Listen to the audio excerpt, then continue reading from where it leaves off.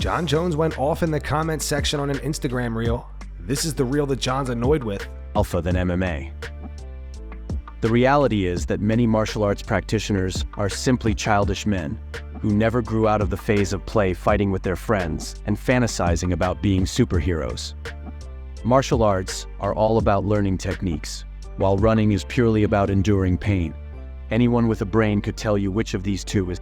Jon Jones left a comment saying, dude definitely got his girl smashed by an MMA fighter. When you're running too hard, you can simply stop or slow down a bit.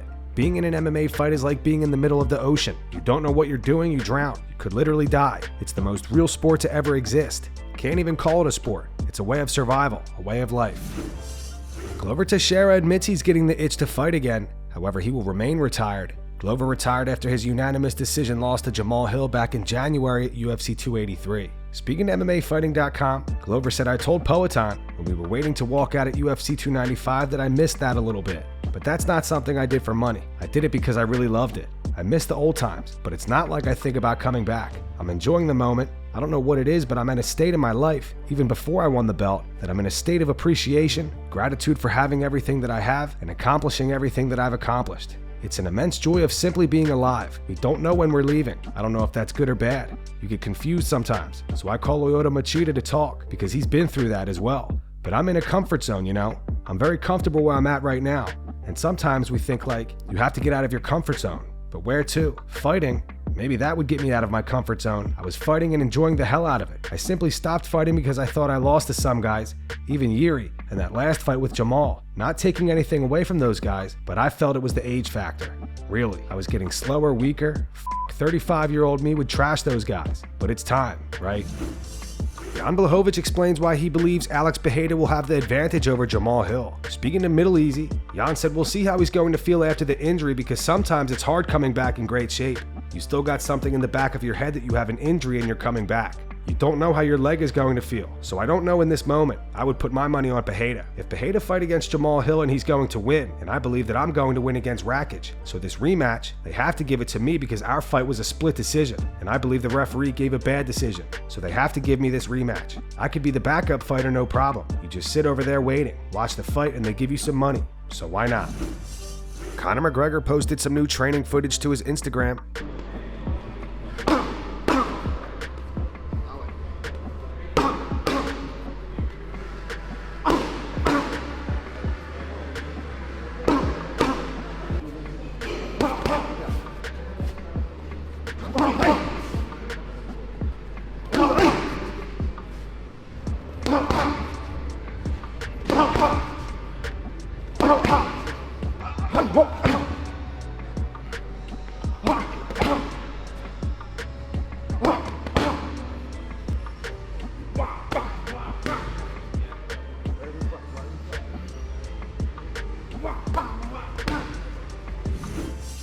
Renato Moicano believes Jalin Turner is definitely going to defeat Bobby Green this weekend.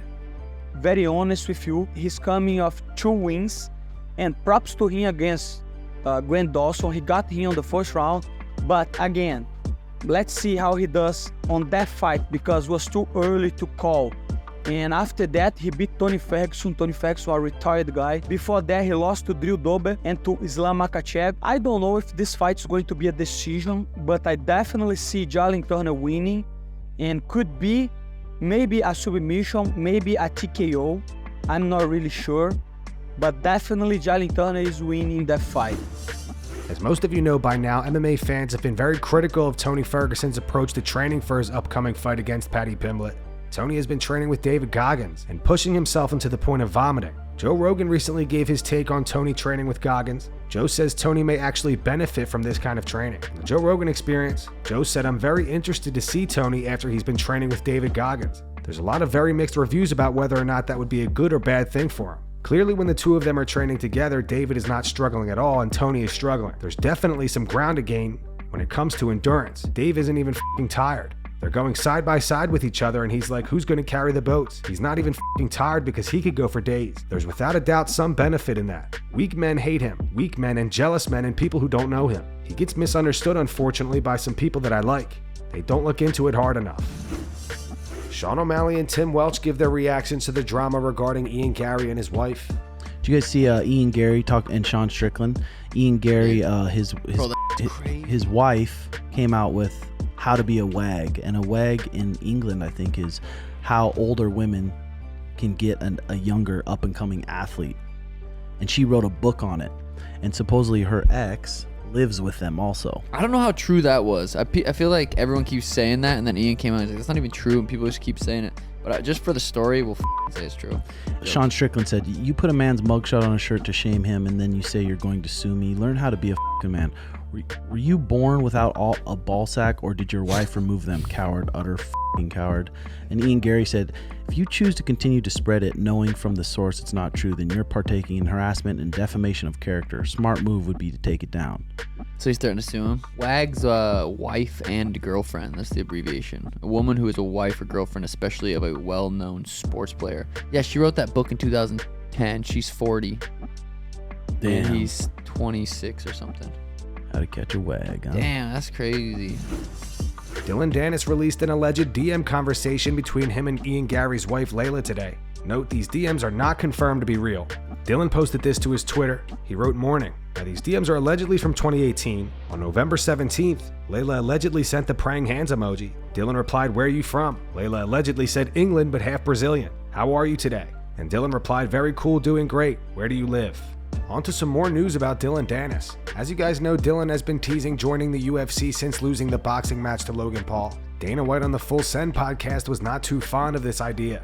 Dana said, 'I don't know. Do you think he should be? I heard he just retired.' Here's the other thing. The other thing with him is, and I have no beef with the kid at all. I've probably said 2 words to him my whole life. But every time he's around, shit's going down. You know what I mean? We can't have that stuff going on here. A lot of people will see when guys get into it on stage or something starts to happen, they're like, oh, they must love this or whatever. No, we don't love it. We don't need that shit to sell fights. Basically what happens is, when that goes down, the athletic commission goes crazy and people start getting fined. They come after us. It's our job to keep that shit under control. That's why when you see these other events where these guys and everything breaks out like that, it's those guys are total unprofessional clown show.